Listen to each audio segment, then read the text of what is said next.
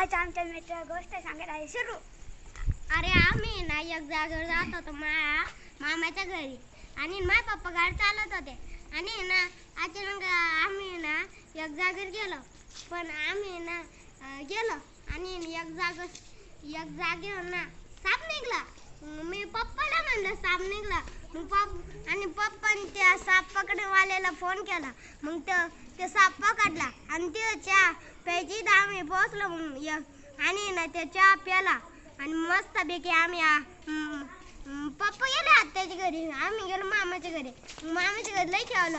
मामाच्या घरी पण निघला साप आणि ना आम्ही काढलं.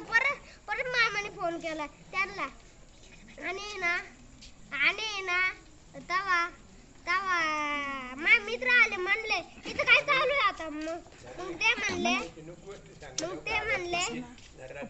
म्हणले आता सगळे इथं सापच म्हणजे साप नाही. मग मी सांगितलं साप निघला आणि ते म्हणले सापवाले हे पोरं नका आणू. मग मी गेलो. मग मित्रांसोबत खेळायला लागलो. ते त्यांचा साप पकडून राहिले आणि ना आम्हाला जायचं होतं घरी. मग घरी जायच्या टाइमला मी चालवली गाडी आणि ना आम्ही ना जेवायच्या इथं पोहोचलो.